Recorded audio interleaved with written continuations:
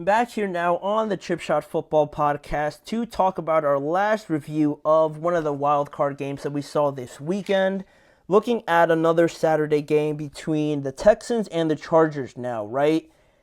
Clearly, the Texans heard all of the disrespect last week and they unleashed their response on the Los Angeles Chargers on Saturday, right? It was pretty clear that, especially in that second half, that they were playing like they just wanted to prove everybody wrong, like they were out there to prove a point. And in what started as a close game ended with Houston's defense really dominating the Chargers in the second half to win 32-12, obviously. And the Texans were actually one of two home teams, right, that went into the wild card round as underdogs. The other one is the Rams tonight going up against the Minnesota Vikings, right? And much like they did last year against the Browns, this being the Texans, as also underdogs, or what felt like they were underdogs, they showed out in an elevated sort of way. They showed an elevated level of play in the playoffs that allowed them to move on last year. And now this year, despite the injuries to Stephon Diggs, Tank Dell, they again raised their level to something that maybe a lot of people felt they weren't capable of. And they really had their way with this Chargers team, really in the second half mostly, right? And Houston's defense really stole the show right on that point. They intercepted Justin Herbert 4 times, which was a career high for him. They sacked him 4 times and also hit him another 9 times in this game. And Justin Herbert also had only thrown 3 interceptions all year this year in the regular season, and his previous career high was only 2.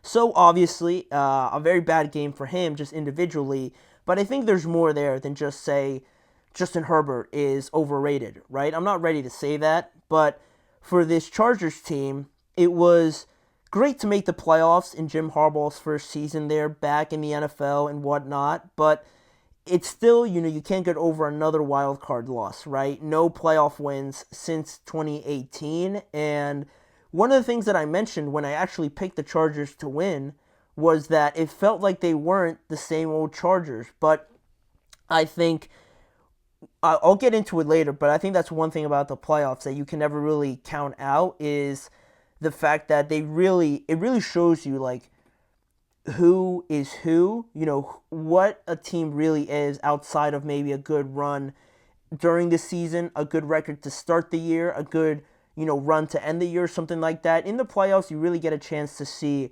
what a team's made of, right? And I'll talk about it more in a second. But it wasn't all about Houston's defense, because on offense, right, Nico Collins had a nice day with 7 receptions for 122 yards and a touchdown. And that was a franchise record also by Nico Collins. But also Joe Mixon added 106 yards and 1 touchdown as well. And we mentioned, I'm pretty sure we mentioned Joe Mixon barely as, a potential impact player for this game. And this was actually Joe Mixon's first game going over 200 or going over 100 yards since, I got to go back to it, since December 1st against the Jacksonville Jaguars. This is his first game he recorded over 100 yards since then. And we referenced the start of the year with Mixon, especially how he was just having a nuts start of the year, and unfortunately he got hurt, which kind of slowed him down. But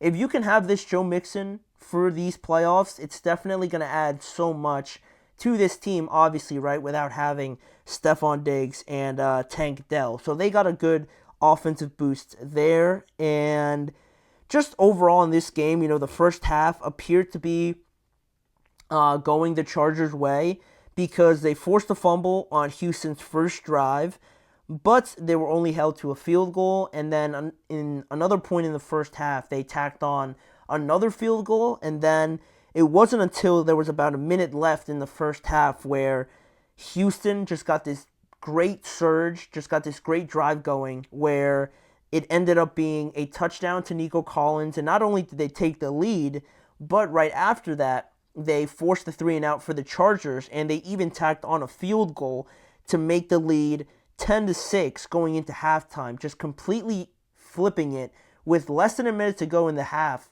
they scored a touchdown and also tacked on a field goal. And I mean, it's 10-6. You're still kind of feeling, or at least I was, that the Chargers could still get something going. It was just a matter of finishing off a couple drives that they had in the first half where they just had a failed, third down, obviously, or a penalty that kind of got them behind the chains or something like that, or just not being on the same page and whatnot.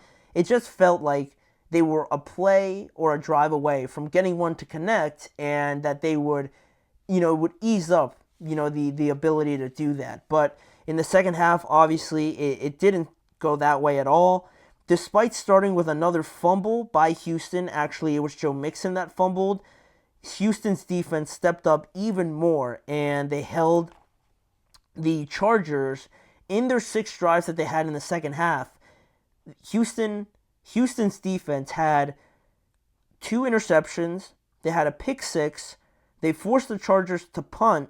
They had a turnover on downs, and they also allowed 1 touchdown to Ladd McConkey. In 6 drives that they had in the second half, Houston outscored the Chargers 22-6 because mainly of that defense, because of that pick 6, the interception through Ladd McConkey's hands is at fault for both of them. Ladd McConkey and Justin Herbert for kind of throwing it a bit high, but the Will Dissly one, that one was as egregious as it gets, right? It hits him right in the hands, and he just kind of pops it up, and I believe it was Derek Stingley that intercepted it on that side. So, I mean, when things are going bad, it started to really pour on the Chargers, right? When you're getting things like that to happen to you. But it was one of the things we pointed out going back to our previews was that the defensive matchup between the defensive backs and the Chargers wide receivers was going to be something to look for, right? Ladd McConkey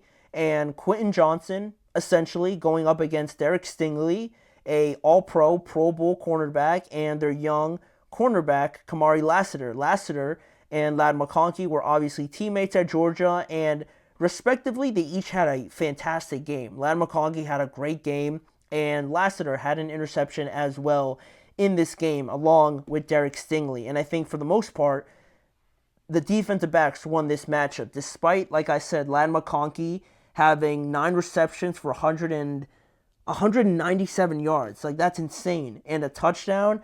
Just himself, they clearly won the overall battle, right? With just how much the scoreboard showed their defensive, domination. And, no pass catcher outside of Ladd McConkey had over 2 receptions, and no wide receiver had no more than 1 reception on the day. So, on top of, Will Anderson and Danielle Hunter also playing a large part in getting after Justin Herbert, like I mentioned before on the topic about the playoffs, really showing a lot and revealing a lot about each playoff team.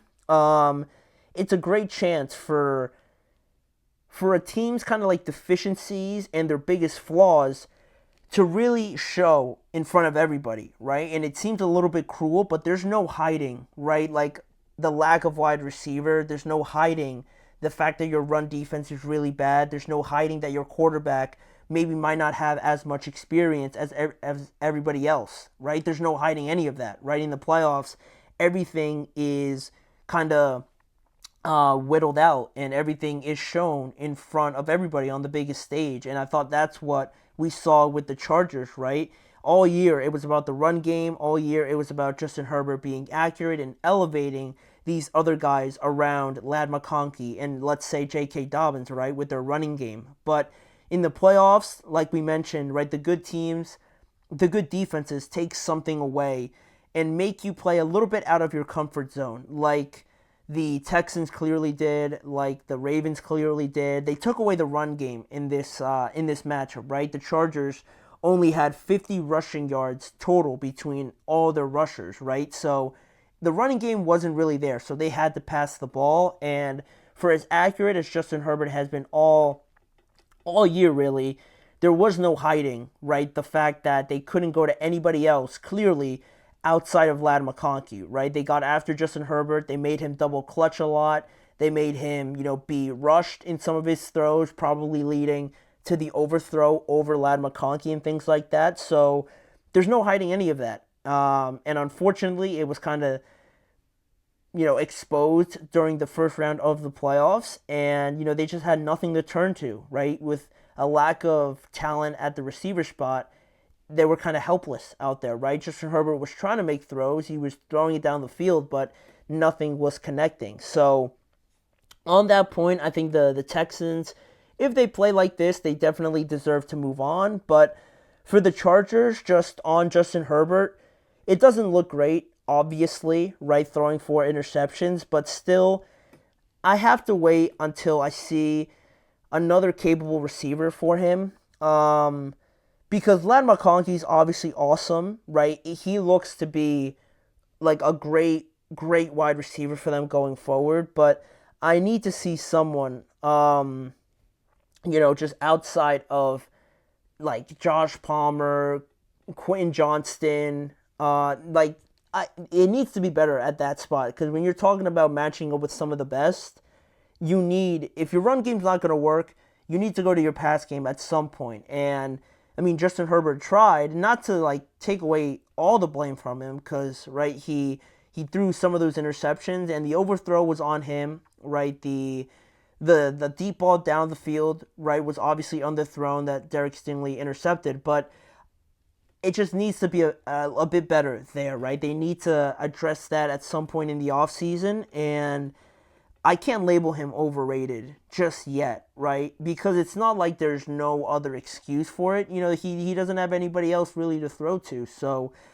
I need to see him with somebody else, right? And I never really thought of him with the guys like Patrick, Josh, Lamar, or Joe Burrow, because for whatever reason, he doesn't really run too often. When he's capable of doing that, he doesn't really add that much to his game with the lack of running success. And I just feel like, Patrick, Josh, Lamar, and Joe really, you don't know what they're going to do. They could run, they could pick you apart through the pass, and they're really capable of taking games over.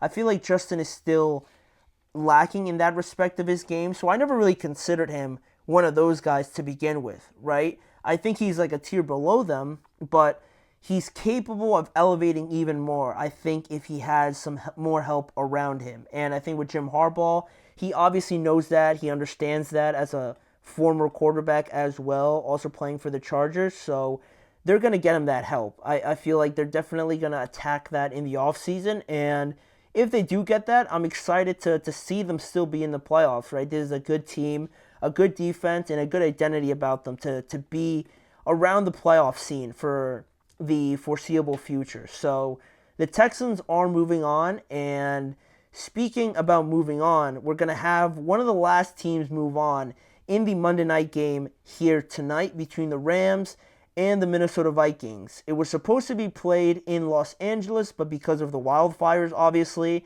this game is going to be taking place in Arizona. So a neutral ground for these two NFC rivals. We're going to talk about who's going to take that last spot in the divisional round when we return after this break.